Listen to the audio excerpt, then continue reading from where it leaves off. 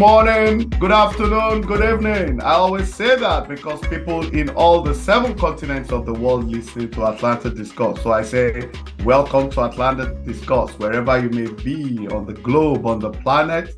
We are here again. I remain your moderator, your anchor. You can call me so many names, but I will stick to it. Well, my name remains Ade Balogun. Today I have another fantastic guest, Honorable Collins is here from Belgium. He is a fantastic guy, erudite scholar. We're going to be talking about Nigeria's role in world politics and diplomacy, whether Nigeria is still relevant, what has gone wrong, what do we have to do to be back to where we need to be.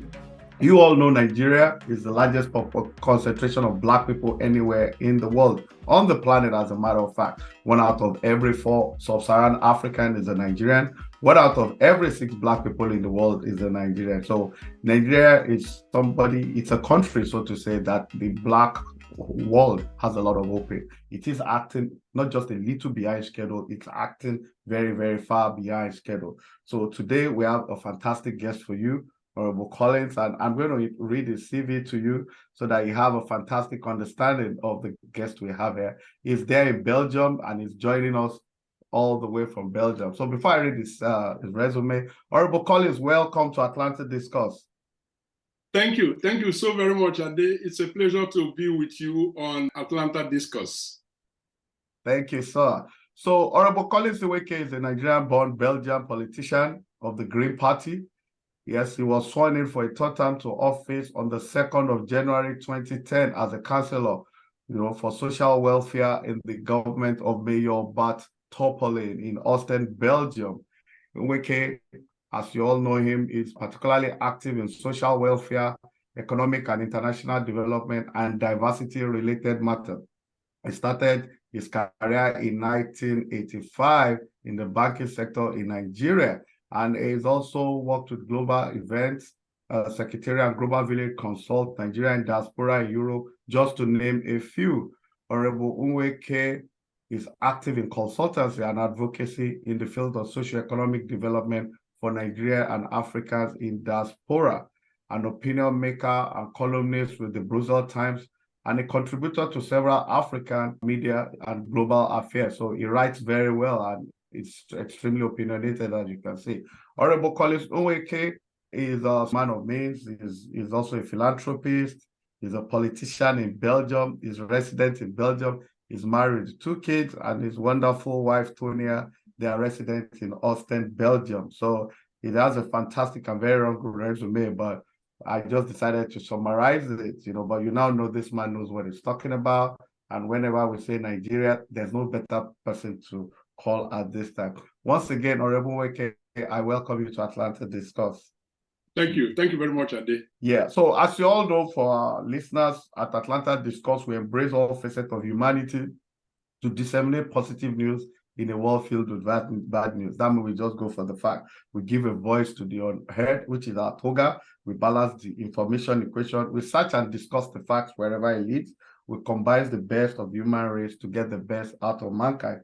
We serve as the bridge between the developing and the developed world. We embrace politics, IT, faith-based issues, business, whatever, not just suit our fancy, but it's relevant to what is happening in the world. We just go for the fact. We don't just shy away from it. We go for the fact. So let's keep the ground running and go for the jugular ASAP. Honorable Collins, as you know, we're talking about Nigeria's renewed diplomatic strategy and how the diaspora can add value to this. In the last 2 weeks, we've been talking a lot about the input of the Nigerian diaspora contingent, how they can add value to Nigeria. So my first question to you is, what is the state of affairs with Nigeria in the world of politics and diplomacy? Are we still relevant? If not, what has gone wrong? Before you answer that question, I'm sure, just to add some impetus, I'm sure in the 70s, Nigeria was very relevant in the Commonwealth of Nations, in the politics of Africa. It's most of the countries that got their independence in the 70s and early 80s in Africa did not do it without Nigeria. Our focal point, our foreign policy was Africa, West Africa, and Commonwealth. And we really moved mountains. And even in recent times, under military rule, we were able to give what we did not have, which was democracy, to Sierra Leone and Liberia, which we did not have at that time. But under President Obasanjo, there were 1-2 countries that were military coups, and the Nigeria intervened. So I ask again, what is the state of affairs with Nigeria in world politics? Are we still relevant? And if not, what went wrong? You have the floor, sir. Well, to some extent, you already provided, part of the answer to the question you asked when you said that Nigeria is not just lagging behind, but it's lagging far behind. That might be true in a number of indices, but as far as diplomacy and foreign relation is concerned, and again, going by your own words, you will find that Nigeria has done great things across the world. Now, I say this because you made reference to President Olusegun Obasanjo, who was the president of Nigeria from 1999 up until 2005, 2006. Well, thereabouts. I'm not certain now of my... It was 2007. 2007. So you see, the point I'm trying to hit home is that, historically speaking, 2007 is not very long ago. So which means that, let us say up to 2007, Nigeria was still very relevant for the same reasons that you mentioned. And now going back a little bit to the 60s and then the 70s and 80s, when Nigeria was in the forefront of the collapse of apartheid in South Africa, the independence of a number of African countries, up to the point where it helped to restore democracy in a number of African countries and contributed boots on the ground through ECOMOG and the rest of them. Now, those were years, indeed, when Nigeria was indeed the epicenter of Africa regional politics. And that's no surprise, because right from independence, the policy thrust of Nigeria had always been concentrating on Africa, being a regional power in Africa, but also being relevant in international politics. And that informed his decision to be part of a number of multilateral organizations, international treaties, and so on and so forth, and had always provided leadership. Now,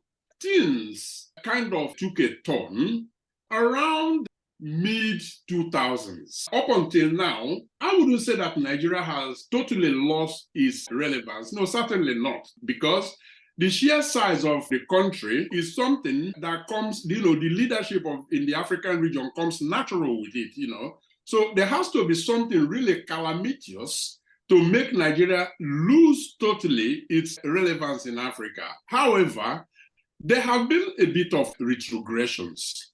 And now, every new beginning creates an opportunity for Nigeria to rediscover itself, recapture lost grounds, and begin to actually provide that leadership that is actually beginning to slip through his fingers. And that was why when the new Minister of Foreign Affairs actually launched out what he called Nigeria's 4D renewed foreign policy doctrine, it brought smiles to the faces of people, watchers of Nigeria foreign policy. Because what it tells us, especially if you look at the 4D that he talked about, which I believe we'll delve into in a while, you will see that there is a deliberate, intentional effort for Nigeria to reposition itself and indeed begin to provide the leadership that is actually beginning to slip through its fingers. So,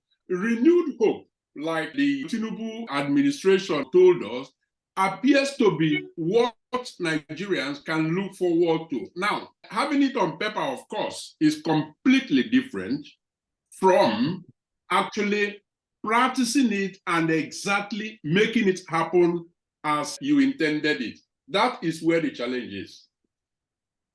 Interesting, because that was actually the next thing I wanted us to talk about, because as a Nigerian, you know that there's no shortage of policy papers.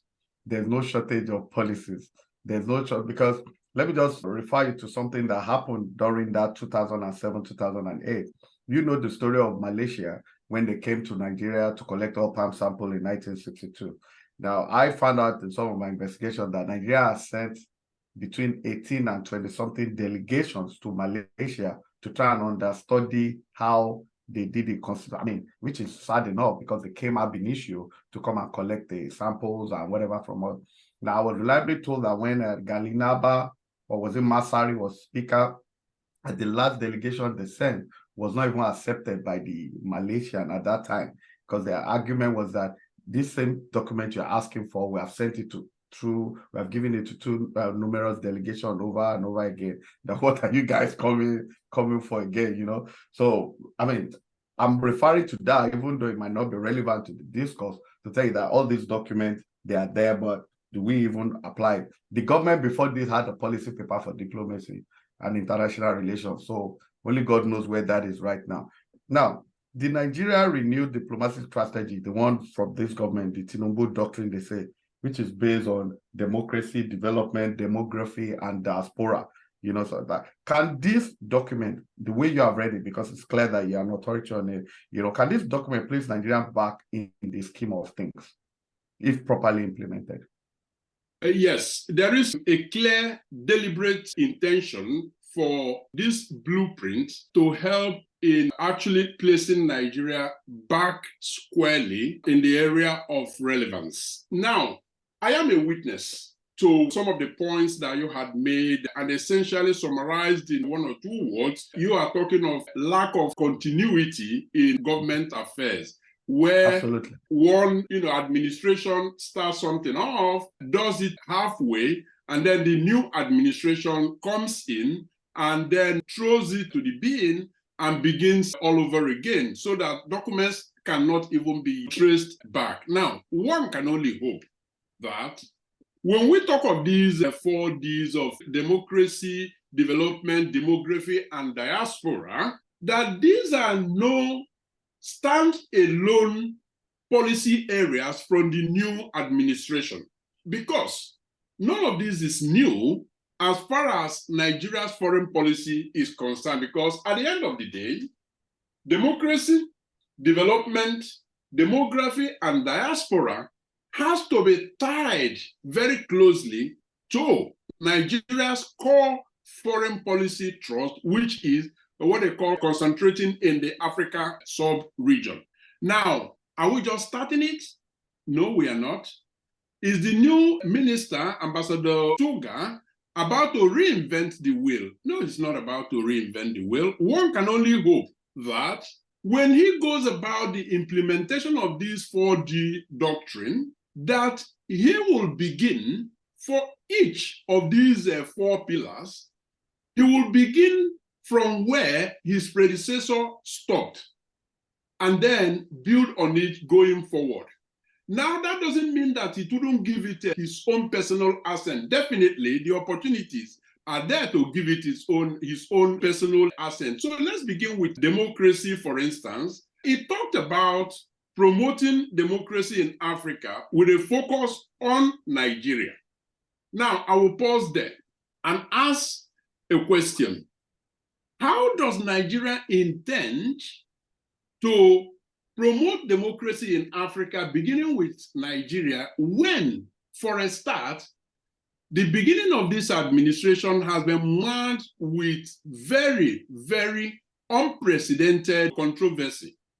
And then when you assess the president's inaugural speech and the controversial removal of oil subsidy and the question around whether that was the right place to do it or just do a strategic communication and then start the process of consultation leading them to the big announcement sometime afterwards, these are the sort of things that you ask yourself, is Nigeria beginning well?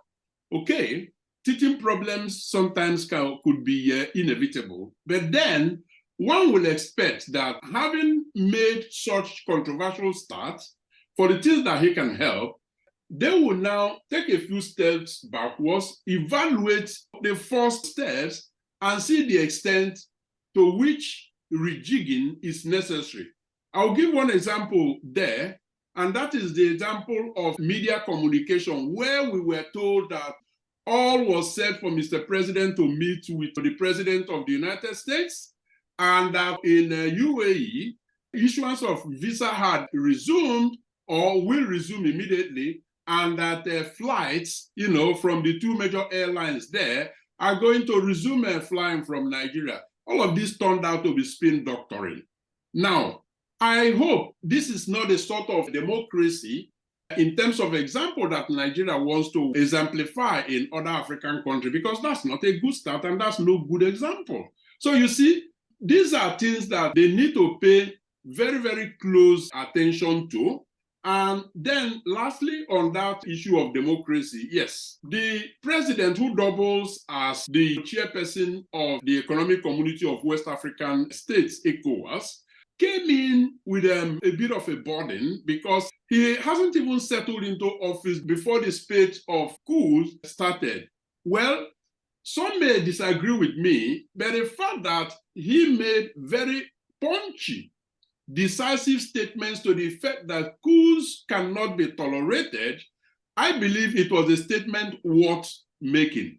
Now, the fact that they threatened with boots on the ground, military intervention and all of that, to restore democratic and constitutional order, that was a bit ill-thought pronouncements. But again, there are signs, there are reasons to believe that following the barrage of criticisms, ECOWAS, under the leadership of President Bola Tinubu, had to step that down. Don't underestimate the pressure that was also coming from the West, who had a lot to gain with military intervention in those countries. But it became quickly clear that that isn't the best for Africa, not for Nigeria, and not for the countries involved. So one would imagine that as we speak, negotiations are ongoing to stop that. So those are areas that I believe that a bad start was made, but there are signs that perhaps lessons are being taken away from all of those initial missteps. Thank you, Honorable Collins Iweke. You've spoken like a patriot, like a scholar. I respect that. Atlantic Discuss is a discussion, and we too, we have opinion on some of these things.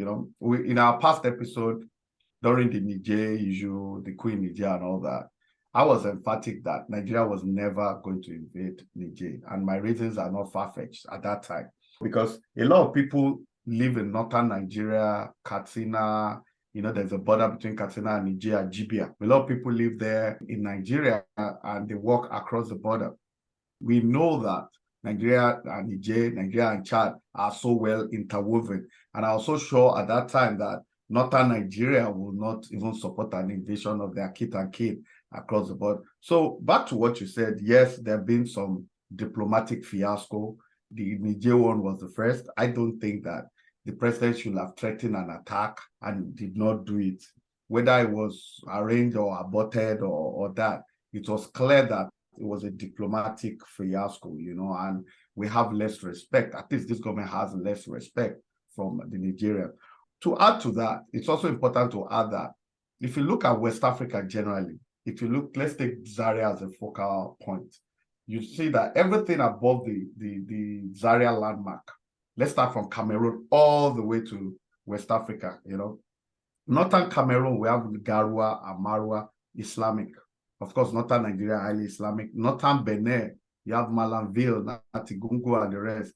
They're above that Zaria boundary. They are Islamic. Same thing, Northern Togo, Kara and the rest, Tamale in Ghana, Boaké in Ivory Coast. All the Guinea, Senegal, the rest, they are above that line. So it was logical that not even the Ivorians and the Ghanaians will support an invasion of another Arab country, a Muslim country, so to say, considering the fact that Mali was militarized, Chad was militarized, Burkina Faso was militarized. So it was a no-brainer. So my question is, does it mean we do not have the requisite or the competent diplomat, again, like in the days of Emeka Nyaoku, Ambassador Keshi? I mean, it's looking to me, maybe I'm wrong now, but I'm asking you now, that do we still have those quality diplomats in the fold? Because this blueprint we are looking at that needs us to practice democracy, development, demography, you've rightly said, a lot of indices, we don't have the foundation to even fight it. But do we, even if we want to implement, Tuga is not a professional diplomat, you understand? It's just a political appointee. But right now, does Nigeria have the manpower at least in the ambassadorial world, to implement whatever, irrespective of who is in power, the policy of Nigeria, at least foreign policy, so to say? Do we have them? 2 points to act as sort of preamble to the answer I'm going to give to your question. Ambassador Tuga is a politician who eventually became an ambassador by appointment. There are reasons to believe that the gentleman is a quick learner. He has been an ambassador now for 6, 7 years, if not 8 years, I will believe, 2 terms in Germany. In this period, he's picked up a lot, combined with his political career, having served in Nigerian House of Representatives. So, as far as the human capital is concerned, I do believe that he possesses the leadership needed to drive Nigeria's foreign policy. And then, number 2 introductory remark to my answer by way of preface is the fact that, yes, Nigeria has very fine foreign policy officers.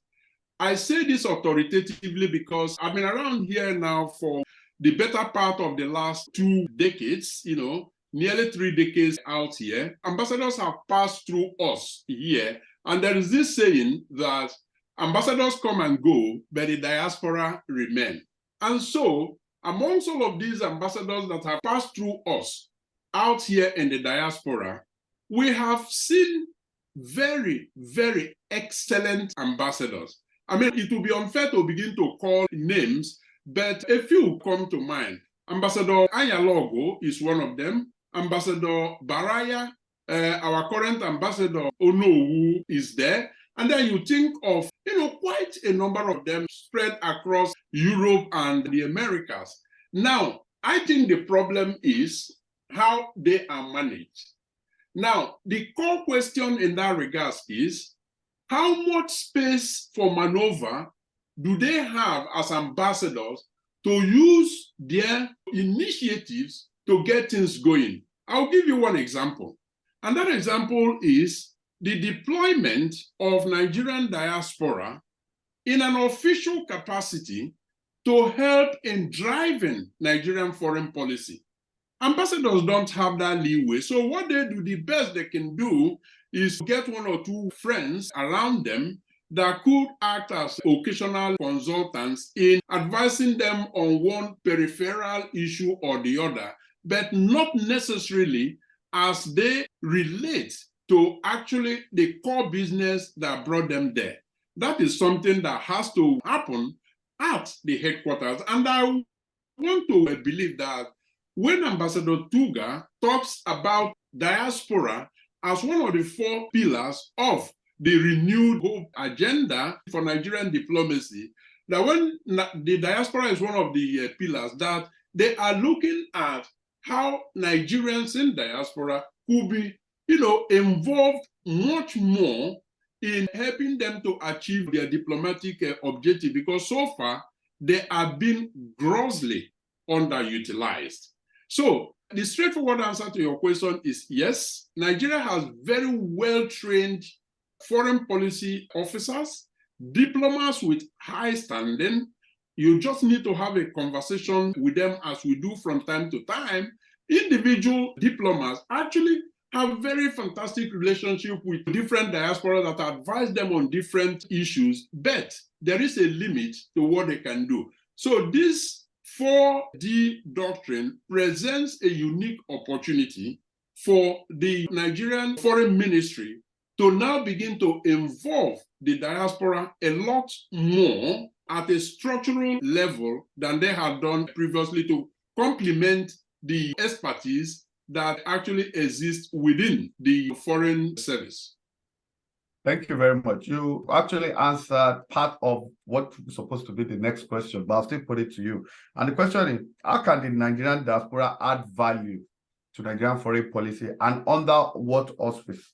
I know you've said some of the roles that have been played, at least in Belgium, advice, consult, and all that. But the question is, how can the Nigerian diaspora add value, and under what auspices?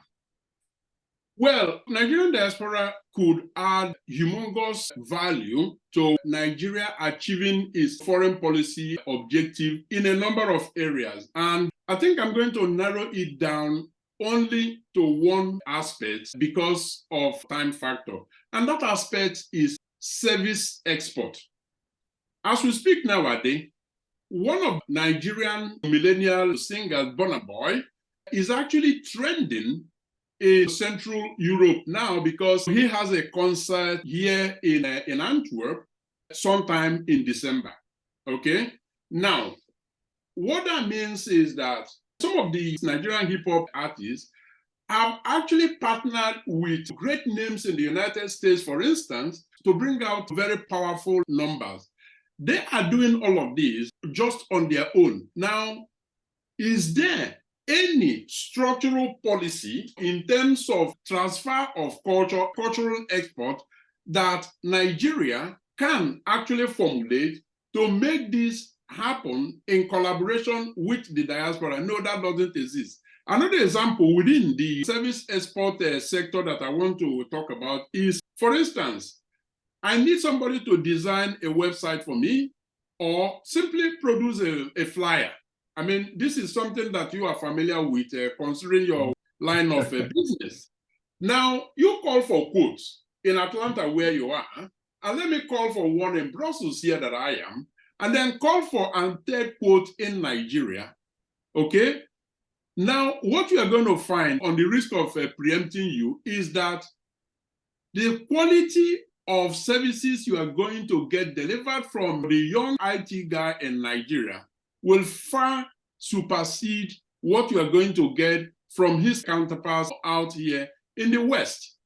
Even with their constant electricity, the young man there or the young woman has got to deal with generator that is not functional or fuel cost and so on and so forth, yet they deliver very qualitative services. Now, the point I'm trying to make is this.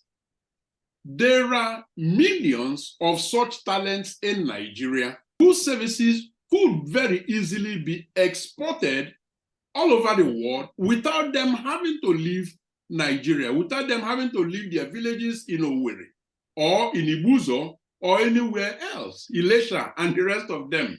Now, Nigeria can organize the table in this area, working with the embassies and mobilizing Nigerian diaspora who are in service delivery sector to do a kind of matchup and then promote it through the channels that are available to them. Now, this is just one example, but you can actually replicate it to a host of other areas. Are we talking of chambers of commerce and all of that? Now, I want to see a foreign minister that actually makes it compulsory for every ambassador to ensure that if there was no chamber of commerce active in his mission at the time he assumes office, that within a year of assuming office, one is set up and functioning actively. Now, in terms of the platform, well, at the moment, we have Nigerians in Diaspora organization, which the government has facilitated its start-off. I know that having operated over a period of 2 decades, some lacunas may have been identified that needs to actually be filled up, worked on, rejigged, and then get going. But there is absolutely no doubt that one of the best things that Nigerian government has done was the establishment or facilitating the establishment of Nigerians in Diaspora organization, and following that, the establishment of NIDCOM, Nigerians in Diaspora Commission. Unfortunately, those 2 policy tools are currently very, very weak. One of the reasons NIDCOM, for instance, is weak is because more than 3 years after its establishment, the board of NIDCOM has not been constituted. So NIDCOM is nothing more than a one-man affair being coordinated, managed, and overseen by a single person, which is the chairman and CEO of the commission. That is an aberration. As a matter of fact, it is even illegal. And so the previous Minister of Foreign Affairs probably didn't take sufficient interest in actually strengthening that tool. Now, the current minister, if he means well, and indeed, like he has given diaspora a pillar, this is something he has to call very, very close to his chest. I know this is not new to him. And then the reorganization and the reformation of NIDO to play its role better, and indeed to ensure that NIDCOM is compulsorily gotten to work with NIDO. This is extremely important. It is a priority that I believe that the new administration ought to take seriously, because the platform is as important as the policy framework itself. I agree with you absolutely. It's a no-brainer. There's really no reason for the NIDCOM board not to be constituted. We've discussed it here so many times. We don't need a one-man show. The country, as we all agreed, irrespective of your ethnic, race, religion, or affiliation, it's a logical conclusion. We all agree Nigeria is battered almost beyond repairs. Things are not going very well.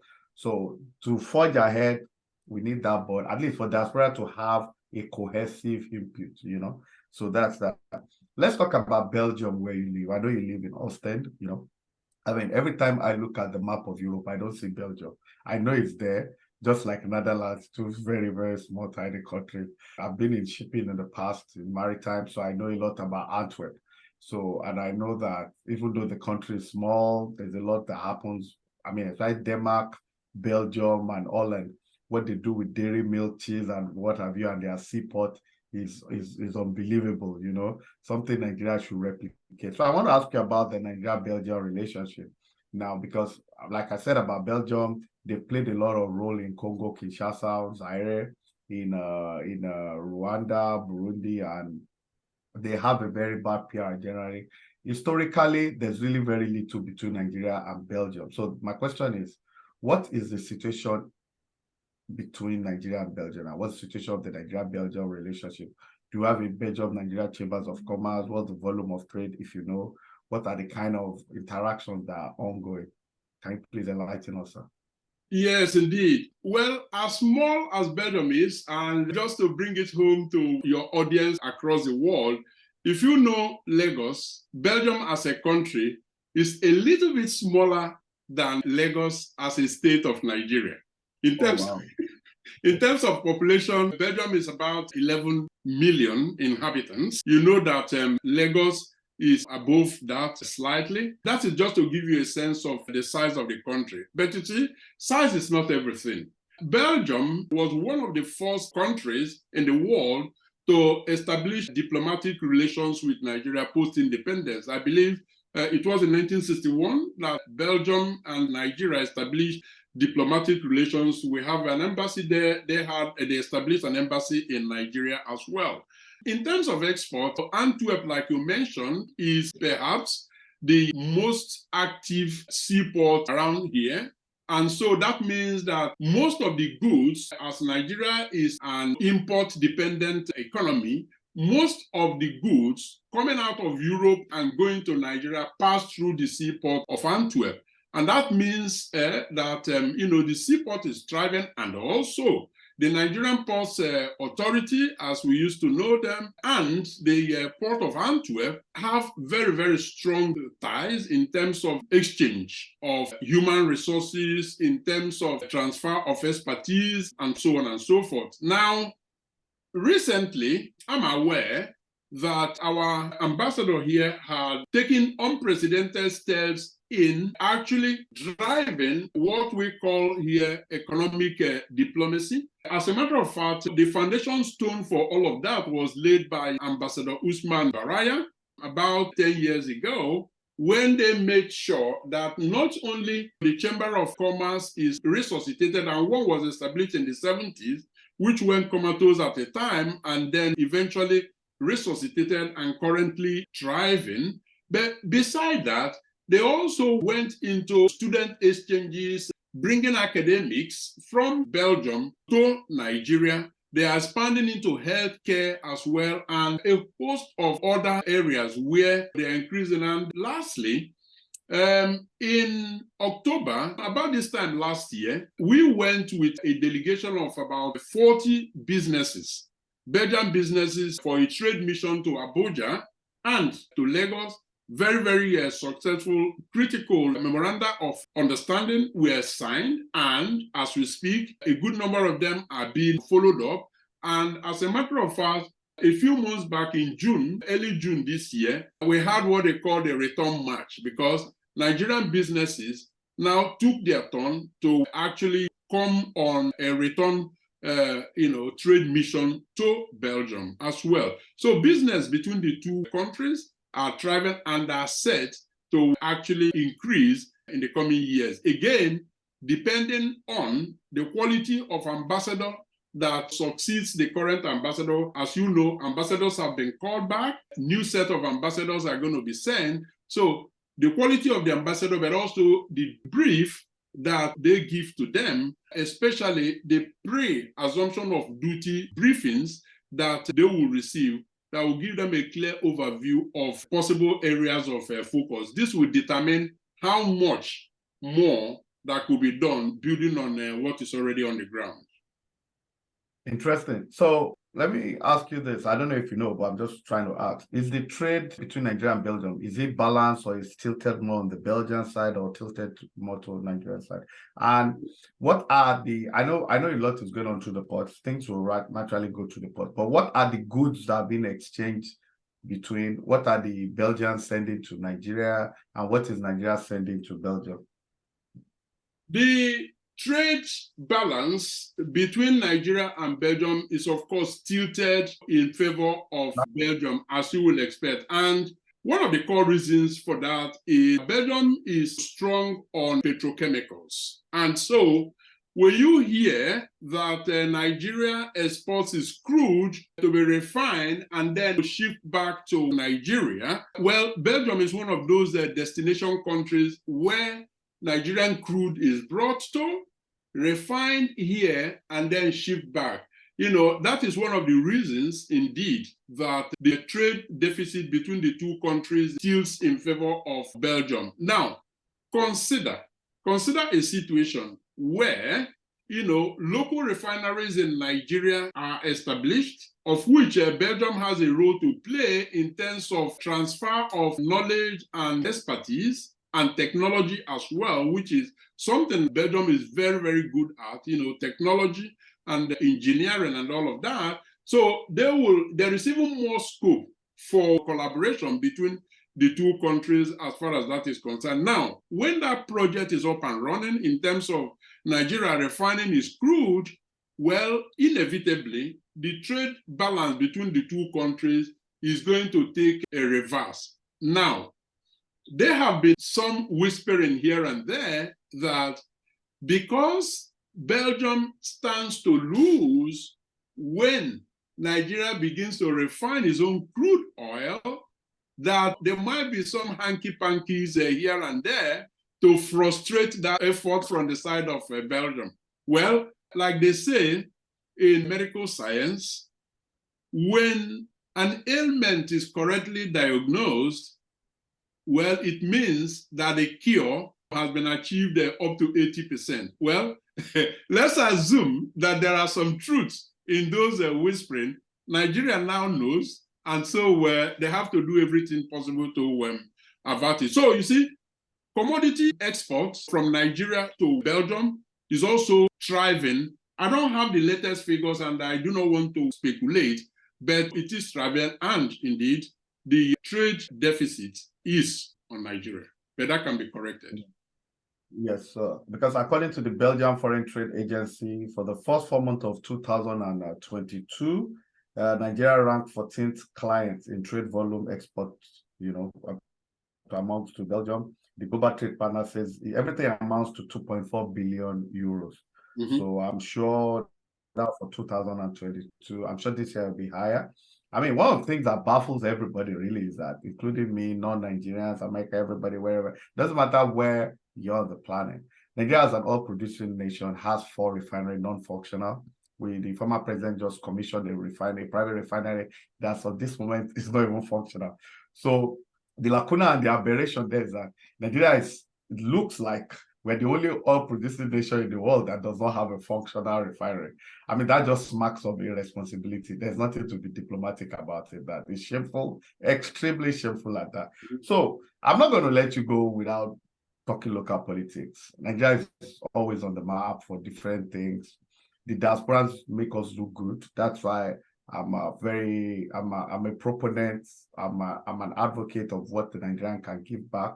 The Nigerian diaspora contingent. I've been doing a lot of talk on this program for the last 2 weeks. I've seen what the Indians are doing. I am overwhelmed by the fact that they are giving back so much. A lot of the things Nigerians stand to be obstacles, ethnicity, diversity, multi-religiousness, and all that. The Indians have used it to their advantage, 1.2 billion Indians. Now, India is the most populous country in the world. I mean, they have their issues, volatility here and there, but there's never been a coup in India. So even when you talk about a new constitution for Nigeria, I always tell people, let's go and look at what's in the Indian constitution. I'm sure we'll bring you back to talk about those kind of things, constitutional related matter, because clearly you know your onion. But my question is this: Nigeria is now in the news because of the president, the issue of certificate, whether I attended Chicago State University and all that. And the bad thing is that there was a deposition recently and the school said the certificate is submitted to the Nigerian Independent National Electoral Commission, did not emanate from them, which brings about the word forgery, And it does look like there's a pattern, because in 1999, when he was going to be governor, he said he went to University of Chicago. That was debunked. He said he went to Government College of Ibadan. He never attended that school. That's also a fact. He said he went to a particular primary school, St. John's Aroloya, which does not even exist. The school that exists is St. Paul's Primary School. And there was also shown affidavit by him in 1999 that was a certified public accountant. That also has been debunked to be false. It was also said that he worked with Deloitte, and those ones have denied him, because the money forfeited, part of the money forfeited, that's $460,000 that forfeited for, which was said by the court, were clearly spelled out to be proceeds of heroin trafficking. His defense in 1999, 2000, 2001 was that it was money made from Deloitte, because he was seconded to Saudi Aramco to work, so he made so much money. And they've also denied it. So now, I'm not happy about that. I'm sure the president is not happy. You are not happy. Now, my question is threefold. One, what should the president do about it? Because he's not talking to Nigerians directly, you understand, because of the contradiction. Just like he said, he went to Government College Eric Moore in 1970. The school, of course, we know was created in 74. I know that school, so I have some cousins that went there, so I know when the school was created. So now, nobody has anything personal against the president, but you are living there in Austin. You are an ambassador of Nigeria. You're a bridge between Belgium and Nigeria. So my question is for one, what should the president do about it? You understand? That's number one. Number two, what kind of damage will this do to us? Because it's doing a lot of damage vis-a-vis the diplomacy we've been talking about, Nigeria renewed diplomatic strategy, and how the diaspora can add value. How will that affect? And number three, which is the most cardinal one, the type of democracy we practice in Africa, is it what we should practice, or we should find our own style of democracy based on what has been happening? Over to you, sir. I know I've thrown so much at you, but you're up to it. Well, yeah. It's a very sad commentary on Nigeria, the issues that you have raised. And Nigeria can do without these controversies, and they are perfectly avoidable. They are also meant to be preventable. The reason they are meant to be preventable is that Nigeria's electoral law is very, very clear. It's not ambiguous in any way at all. And so the preventive measure of the Nigerian electoral law is that they inserted some lines there against misrepresentation, against forgery. And so people with good character who are meant to be putting themselves up for public service are supposed to be sufficiently warned by the Nigerian electoral law. And okay, we passed through the preventive side, and so documents were submitted. Was there sufficient oversight by those who are supposed to have looked into those documents submitted and take early action. Obviously, from the look of things, those didn't happen. Now, the failure, runs very, very deep, a very, very deep systemic failure. What should the president do? Well, Nigeria is a very, very unique country in its own way. Now, I don't know what the president should do, and I shouldn't be in a position of telling him what to do, but I will tell you what we do out here. I'm a 3-term elected Green Party politician out here in Ostend, Belgium. And during my second term, a colleague of mine of the Socialist Party turned out that there was a mix-up between his non-profit organization and his own private campaign fund. And I'm talking of something less than 300 euros. Okay? That was a controversy then. And so the electoral body ruled that he did something that was unholy, and then he was suspended for a couple of months. So he didn't take up his mandate, like us. Now, what did the gentleman do? He actually resigned. For how much? 300 euros. So you see, I say this simply to drive home the point that the controversy surrounding the president inclines where things are done differently, and I haven't said better. The president would have been considering resigning before now. But like I said, Nigeria is unique in its own, and I am not in the business of telling the president what to do. But you see, the matter is now before the court. Now, what the ordinary eye, the mortal eyes like yours and mine, sees may be different from what the legal eyes see. But as far as you and I could see, yes, there are very many unholy things that have happened, but let us then wait and see what the court is, the Supreme Court is going to rule. But again, we are faced with another layer of problem because there have been rulings in the past that has actually placed very thick question mark on the integrity of the court to deliver judgments that could be trusted. So Nigeria is in very, very deep trouble. Trust deficit is very, very high, and they are actually deepening with all of these issues that we're seeing. So one can only hope that these people that are taking these decisions in court, political leaders and all of that, will take time out to think of legacy.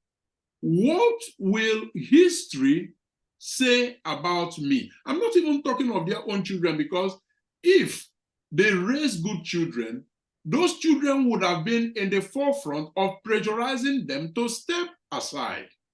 I mean, I can imagine half of these controversies surrounding me. I know what my kids will tell me. My 2 boys will tell me, Daddy, it's now time to reconsider your position. So I don't know what their children, so I'm not going to even have any hope on them. But at least if they think of what legacy they want to leave behind, what history will say about them, I think they will be considering doing the right thing. So Nigeria is at a place now that it ought not to be. The controversies are avoidable. They were preventable. They didn't avoid them. But then the trust deficit is so deep that you cannot even trust those who are going to adjudicate on the matter to actually do that dispassionately. So the problem lingers on. Thank you very much. I mean, clearly from what you said, it's going to affect Nigeria's diplomacy in future. The last one was, do you think the system of democracy we practice in Africa is what is right for us, or we should fabricate, so to say, our own system of democracy? I do not know the sort of democracy that Nigeria or Africa has to fabricate, as long as it has liberty as a core principle, as long as it has the system that lets the people choose who their leaders are going to be. That is fine by me. No mature democracy falls on people's lap. People have got to work for democracy and make it work for them. You work hard towards it and you make it work. So one can only hope that the new crop, the emerging crop of leaders, people like you who actually say it as it is and spend your time to set up this sort of structure to inform and educate people, one will hope that when such scales up, that the sufficient manpower and human capital will exist in Nigeria, in Africa, to drive Nigeria to that destination that has eluded it for so long. But crafting a new form of democracy for Africa, I don't know about that. We need to make our democracy work for us. Thank you, Honorable Colin Ziweke. You have spoken so well. He's a Nigerian-born Belgian politician in Belgium. You know, he's of the Green Party. He's serving his third term. Like I said, he was sworn in for a third term in the 2nd January 2019 as Councillor in Social Affairs in the government of Mayor Bart Tomerlane at the Austin City Council.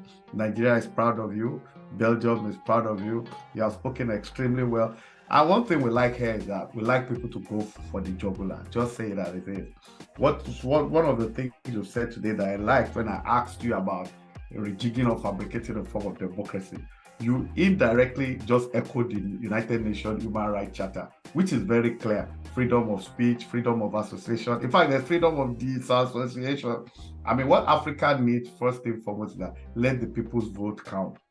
It doesn't matter who the winner is. And it's happening in India. You can see India with 1.2 billion people. There'll be a time the opposition will win and come back despite the large population. So there's a lot to learn. Now, you have also said that in Nigerian diplomacy, there's hope. We have the requisite manpower like Nigerians have in everything they do. It's just harnessing cohabitation and putting square pegs in square holes. So, Honorable Colin Ziweke, thank you for coming to Atlanta to discuss. You've done well. I can assure you, you'll be back again to talk about something completely different. Thank you to our listeners in the 7 continents of the world. Some are sleeping, some are awake, some are just going to work, some are in traffic. I know. Don't worry, there's always time to listen and work. Thank you for your loyalty. We love you all. Have a fantastic weekend ahead. Bye-bye. Thank you, Honorable Collins, once again. Bye, everybody. Thank you so much for having me. Cheers. Yes.